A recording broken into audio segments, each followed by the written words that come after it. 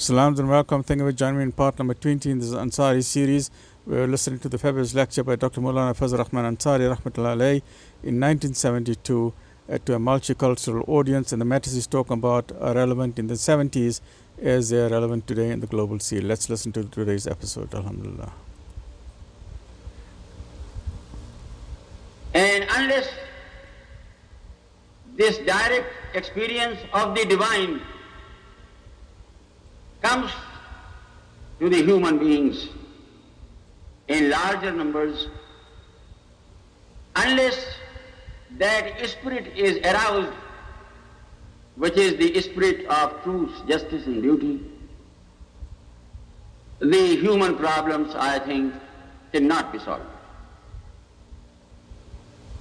South Africa might have certain problems, but who can say that there are not many countries in this world where there are not very serious type of problems, even social problems? What is actually needed today, so far as I can see it,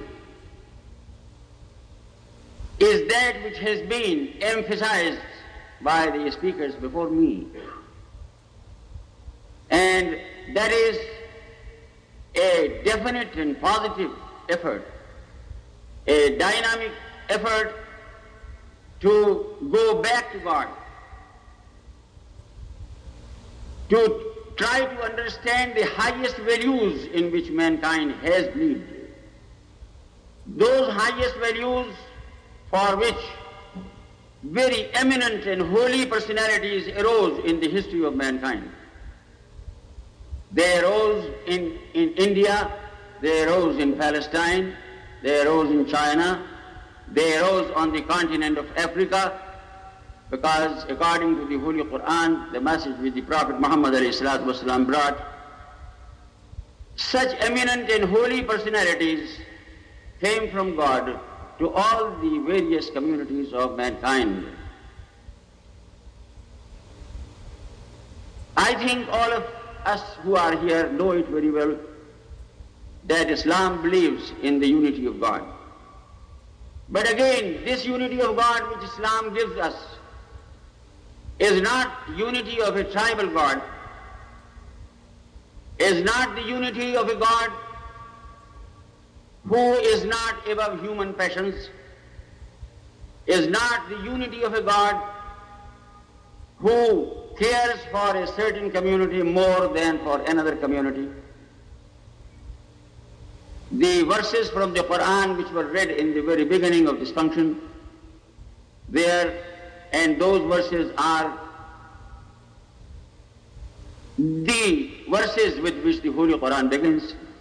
There God has introduced himself as Rabbul Alameen, or the Lord of all the worlds.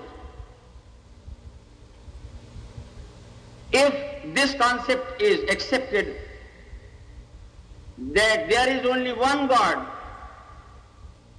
and He is the creator of this entire universe, He is the ruler and the king of this entire universe, it is He who has brought into being everything which is to be found in this world, it is He who has made every human being, then alone human beings can cherish the real ideal of human brotherhood, that all human beings are one family. Of course, when we say that all human beings are one family, it does not mean, it has never meant, it cannot mean that all human beings are equally good or all human beings are equally bad. But this point is something which Islam has emphasized very vehemently and emphatically, that even as Muslims, and I am talking here to the Muslims, as Muslims, they have got to deal with all human beings primarily in their capacity as human beings. And about humanity itself, the Holy Quran has laid down the law, وَلَقَدْ كَرَّمْنَا بَنِي آدَمَ. God has made every human being because of his humanity an honorable being. And on this principle, the Quran further preaches that all human beings, as human beings, are born free and equal. But this freedom and this equality which is there is a potential freedom and a potential equality. This freedom can be withdrawn and is withdrawn under every law if the human being does not behave properly as a human being.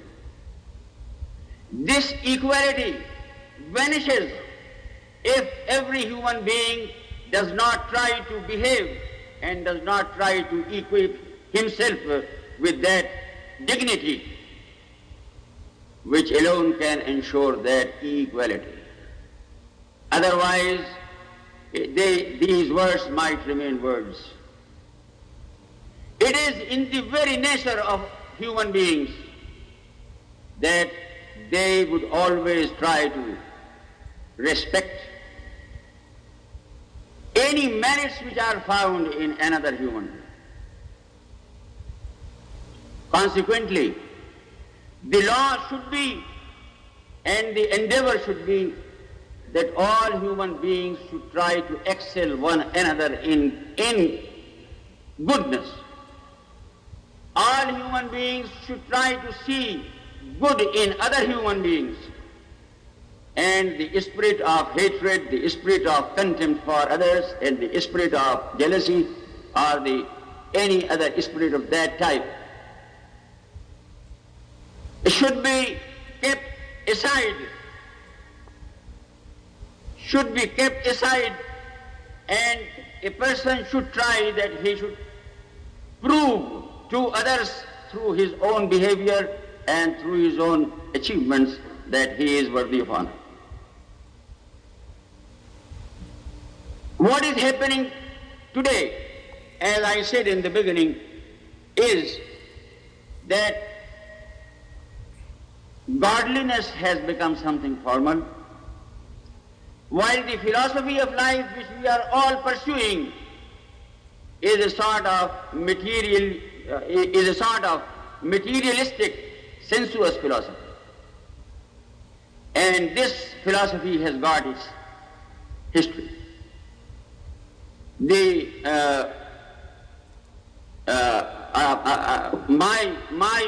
friend Mr. Adam spoke about Nietzsche, and he also spoke about Freud. Nietzsche was the product of his age, and Freud was more so a real product of his age. But how things happened in this world, in this connection, if we try to find out, we will find that this type of revolt against religion arose because of the mistakes from the side of those who said that they were the protagonists of religion. Revolt always comes when there is injustice. We'll pause there for today, where revolt always comes where there is injustice, and nobody likes social injustice in society. And that's when systems like communism and various types of social orders came up. But they also had problems. There's a problem with capitalism, there's a problem with socialism, there's a problem with communism, whereas Islam gives the best model, which is a hybrid model between capitalism and socialism, which is known as philanthropic capitalism. But join me in the next episode, which is this is episode number 20. Join me in episode number 21, where we are now going to continue with Dr. Maulana Fazl Rahman Ansari, where he's talking about problems occurring in society when there is social injustice. Stay well, look after yourself. Alhamdulillah Rabbil Alameen.